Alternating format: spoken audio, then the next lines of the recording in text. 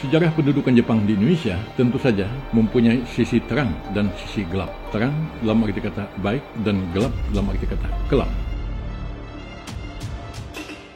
Sahabat senpai, tanpa terasa, saat ini kita telah kembali berada di bulan Agustus, yaitu bulan yang penuh barokah dan penuh hikmah bagi kita semua.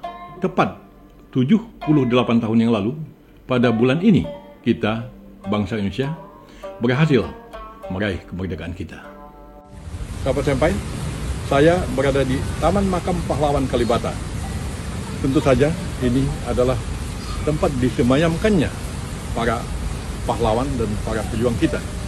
Tapi menarik bahwa ternyata yang dimakamkan di sini terdapat beberapa tentara Jepang yang ikut berjuang di dalam perang mempertahankan kemerdekaan kita. Yuk, ikut saya menyaksikan makam-makam.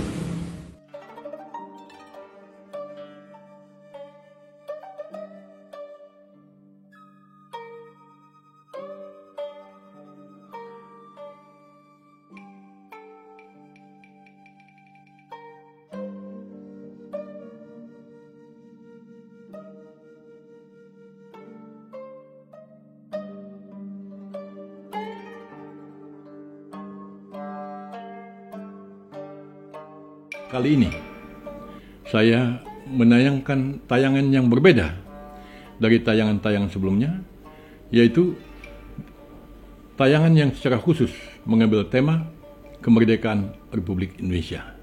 Kita tentu akan berbicara tentang sejarah yang insya Allah hal ini akan semakin menambah pemahaman kita dan juga semakin meningkatkan rasa nasionalisme kita. Saya akan mengangkat figur yang amat penting di dalam sejarah kita, yaitu Laksamana Maeda Tadashi, seorang Jepang yang amat berjasa di dalam kemerdekaan kita.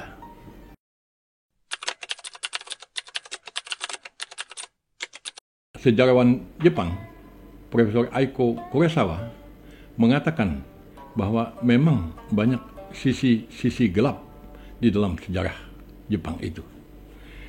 Beliau jumpa dengan saya beberapa waktu yang lalu memberikan kepada saya buku yang saya perlihatkan ini. Yang beliau maksud sebagai sisi gelap ini tentu saja bukan sisi kelam. Walaupun tentu kita mencatat bahwa dalam masa pendudukan Jepang tentu saja sisi kelam itu ada. Namun yang dikatakan beliau dalam buku tadi adalah bahwa ada sisi-sisi yang belum terungkap secara jelas yang menyangkut peristiwa-peristiwa sejarah tersebut. Sisi-sisi gelap dalam arti kata belum terungkap dalam sejarah Jepang, terutama sekali sejarah pendudukan Jepang di Indonesia, itu memang amat banyak. Salah satu hal yang penting adalah konsep lingkungan kemakmuran bersama Asia Timur Raya yang dipropagandakan oleh Jepang pada masa perang dahulu. Sebenarnya bagaimana detailnya konsep tersebut? Apakah Jepang memang akan menjajah kita habis? Atau mungkin juga konsep itu sama dengan konsep Commonwealth atau negara persemakmuran yang diterapkan Inggris? Kita mencatat bahwa pada saat ini setidaknya terdapat 56 negara yang tergabung di bawah payung negara persemakmuran Inggris. Bahkan tetangga kita, Malaysia, Singapura, Brunei, Australia masuk ke dalam kelompok negara persemakmuran. Masih banyak negara lain seperti Sri Lanka, Bangladesh, Pakistan, dan seterusnya. Nah, apakah Jepang seperti itu? Atau seperti saya katakan tadi, memang tujuannya itu buruk, yaitu semata-mata untuk melakukan penjajahan terhadap bumi kita. Saya sendiri pun juga ikut membicarakan hal ini di dalam majalah ini, yaitu majalah Gekkan Nippon yang baru saja terbit di Tokyo beberapa minggu yang lalu. Saya pernah berbicara tentang hal ini, walaupun saya tentu saja bukan seorang sejarawan. Ini di dalam disertasi saya, saya menyelesaikan S3 saya di bidang ekonomi, tetapi saya juga sedikit menyinggung bagaimana konsep Jepang di dalam masalah ekonomi tersebut, khususnya terkait dengan konsep lingkungan kemakmuran bersama Asia Timur Raya tadi. Dalam disertasi ini saya membuat hipotesa bahwa konsep yang diterapkan Jepang itu boleh jadi adalah sebuah konsep paternalisme. Dalam arti kata, Jepang ingin merangkum negara-negara Asia Timur Raya ini di bawah payung Jepang. Dia adalah ibarat sebuah rumah tangga, adalah ayah, orang tua, dan yang lain itu adalah anak-anak atau anggotanya.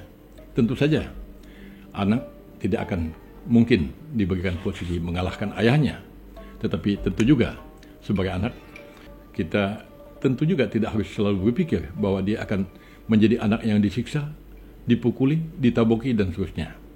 Jadi sekali lagi, konsep lingkungan kemakmuran bersama Asia Timur Raya itu masih memiliki sisi-sisi gelap yang sejarawan Jepang pun masih belum sanggup untuk menjelaskannya secara lebih pasti. Sejarah pendudukan Jepang di Indonesia tentu saja mempunyai sisi terang dan sisi gelap. Terang dalam arti kata baik dan gelap dalam arti kata kelam. Dua-duanya itu tentu saja bercampur aduk. Tetapi seperti yang kita saksikan dari insert tayang tadi, terdapat sejumlah tentara Jepang yang berperang di front kita, dan bahkan belasan ribu dari mereka itu tidak pulang dan bahkan menetap di Indonesia, sehingga anak cucu mereka pun tetap berada di sini dan menjadi warga negara kita.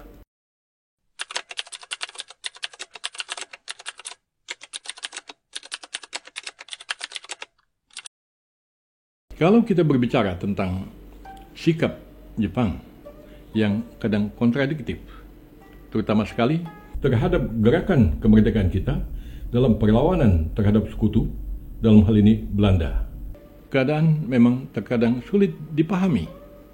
Ada yang pro terhadap kita dan juga ada yang kontra.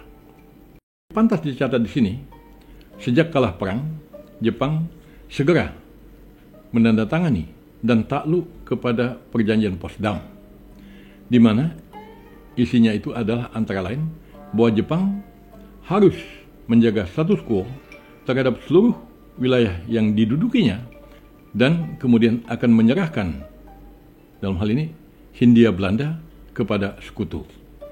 Jadi memang posisi mereka itu serba sulit. Apakah akan mentaati perjanjian Potsdam yang muncul beberapa saat setelah proklamasi kemerdekaan itu, ataukah mereka akan berpihak kepada Indonesia? Nah, itu sebabnya mengapa para serdadu-serdadu Jepang tadi terbagi ke dalam dua kelompok, yang pro dan yang kontra.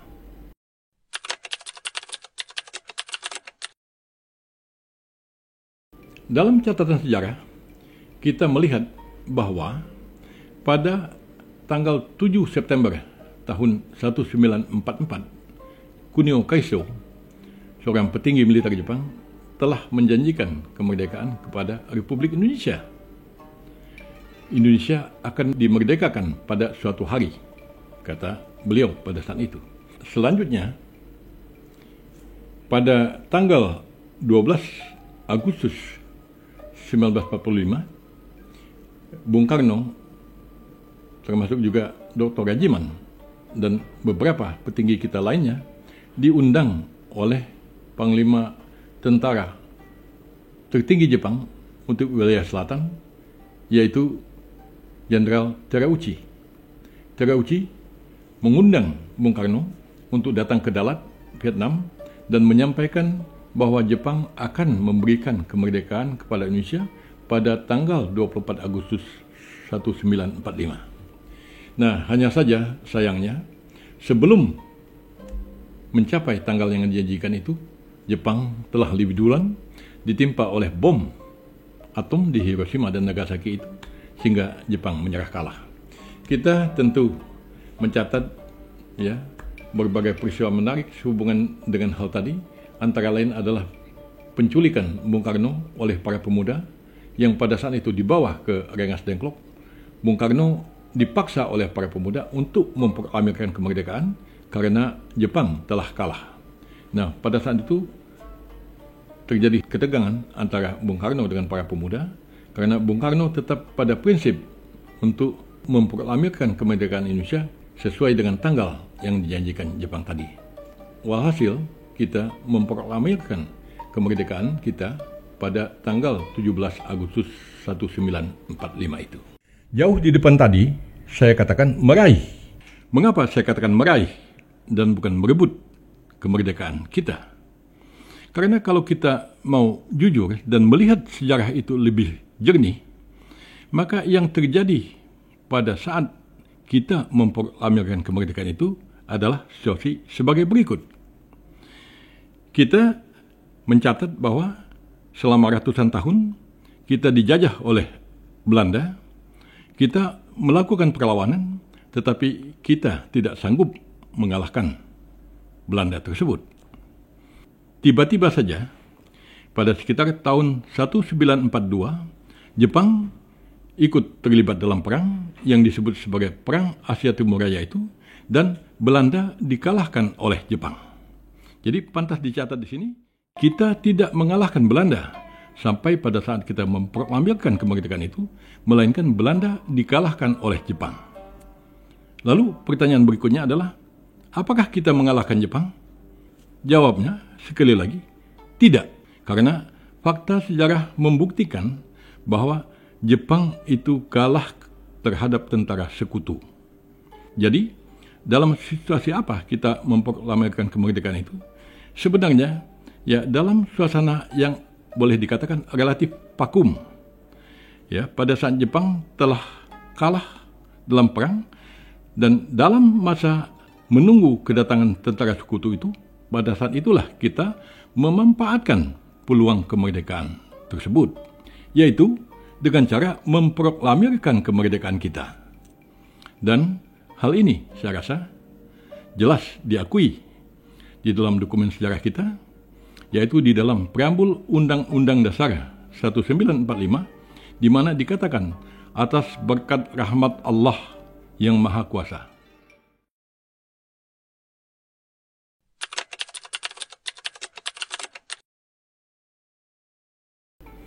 Nah, pada saat itu, Maeda Tadashi, saya sering mengatakan bahwa Maeda Tadashi itu memang Tadashi.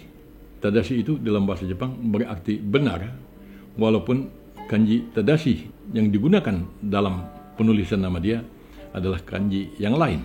Tetapi kalau kita mendengar bunyinya Tadashi, Tadashi itu berarti benar. Saya ingin mengatakan bahwa Maeda Tadashi adalah seorang yang benar, bukan karena saya pro Jepang dan seterusnya, tidak. Pantas dicatat bahwa pada peringatan Hari Ulang Tahun Kemerdekaan Republik Indonesia tahun 1973, Laksamana Maeda Tadashi diundang oleh pemerintah Indonesia ke Istana Negara untuk mengikuti upacara tersebut. Dan pada saat itu, pemerintah Indonesia menganugerahkan bintang Nararaya Jalasena kepada Maeda Tadashi. Nah, bagaimana ceritanya tentang Maeda Tadashi ini? Kita melihat tadi bahwa terjadi keributan antara Bung Karno dengan para pemuda. Walhasil, Bung Karno pada malam menjelang proklamasi kemerdekaan 17 Agustus 1945 itu berada di rumah Maeda Tadashi yang berada di Jalan Imam Bonjol, Jakarta. Maeda Tadashi berani mengambil risiko bahwa dia menyediakan tempat tinggalnya untuk penyusunan teks proklamasi kemerdekaan yang kita kenal sekarang ini. Di dalam buku-buku sejarah kita melihat itu tulisan tangan Bung Karno, ada beberapa coretan juga. Nah, di manakah itu dibuat? Itu dibuat di rumah Laksamana Maeda Tadashi di Jalan Imam Bonjol tadi. Jauh sebelum itu, sebenarnya pemerintah Jepang telah menyiapkan teks proklamasi. Dulu saya punya teks itu, tapi sayang sekali hilang, tidak tentu rimbanya. Tetapi di dalam buku itu saya masih ingat. Antara lain dikatakan terima kasih kepada Kaisar dan seterusnya, dan itu tidak kita gunakan. ya sebagai naskah proklamasi kemerdekaan kita. Nah, kembali ke Maeda Tadashi, dia menyediakan tempat tinggalnya, dia berani mengambil risiko. Memang sebelum itu, ya, Jepang telah berusaha mengambil langkah-langkah menuju ke arah kemerdekaan Indonesia itu, antara lain adalah dibentuknya BPUPKI atau Badan Penyelidik Usaha-Usaha Persiapan Kemerdekaan Indonesia, yang gedungnya itu sekarang menjadi Gedung Pancasila di Departemen Luar Negeri. Itu PPKI disebut di dalam bahasa Jepang itu sebagai Dokuritsu Junbi Iinkai.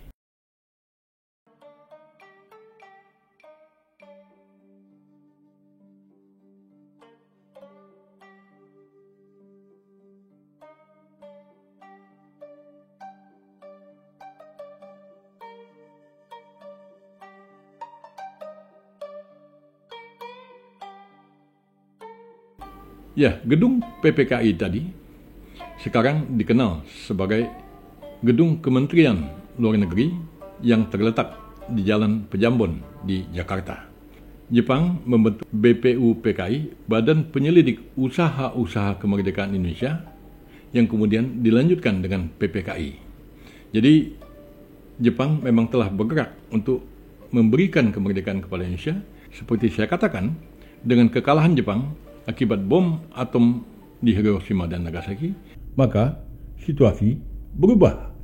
Pantas dicatat pula bahwa jauh sebelum itu, Jepang pun juga membentuk tentara peta yang merupakan cikal bakal bagi TNI. Kembali tadi ke perjanjian Potsdam yang sudah dapat diantisipasi sebelumnya bahwa perjanjian itu akan muncul.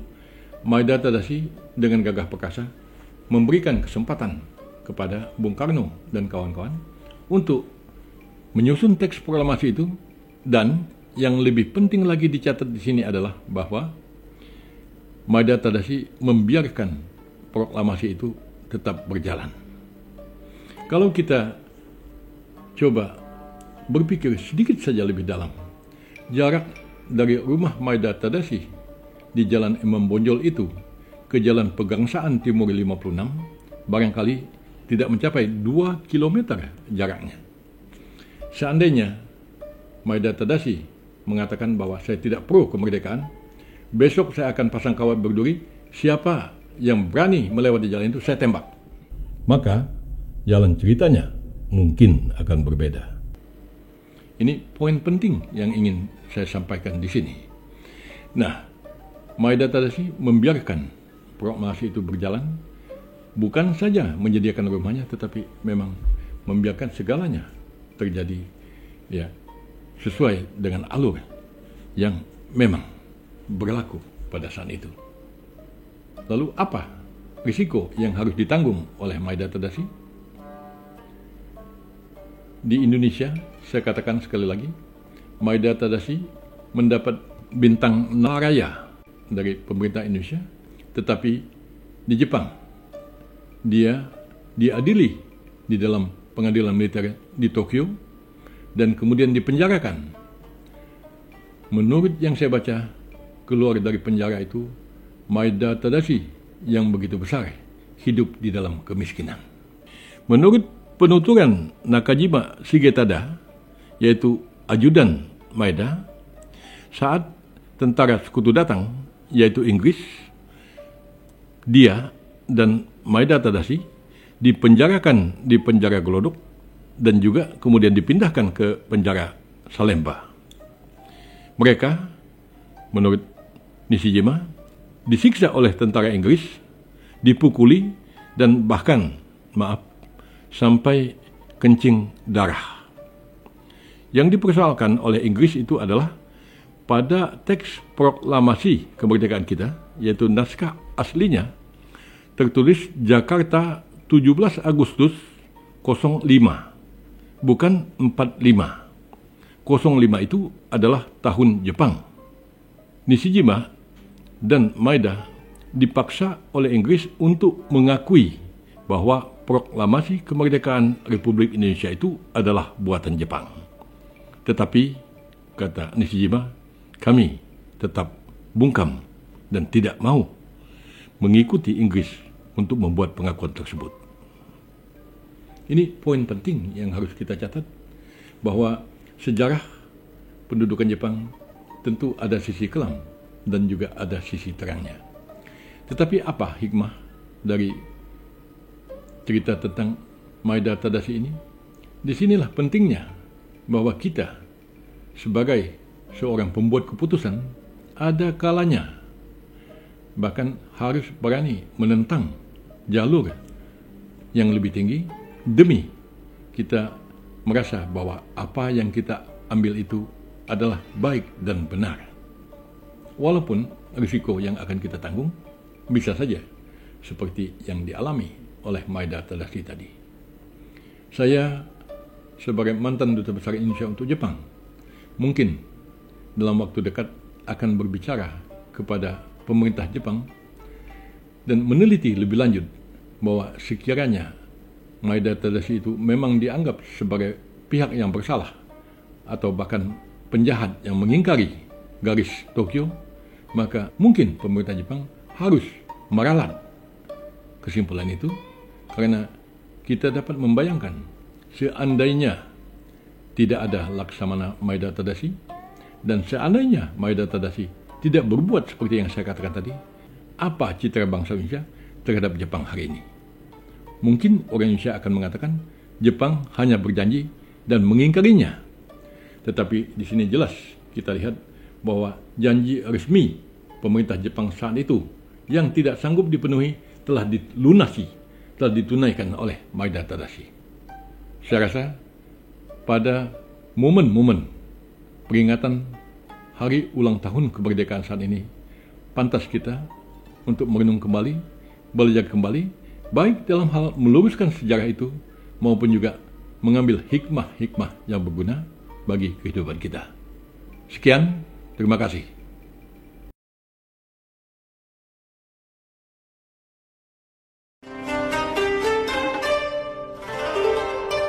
Nihon no Kataro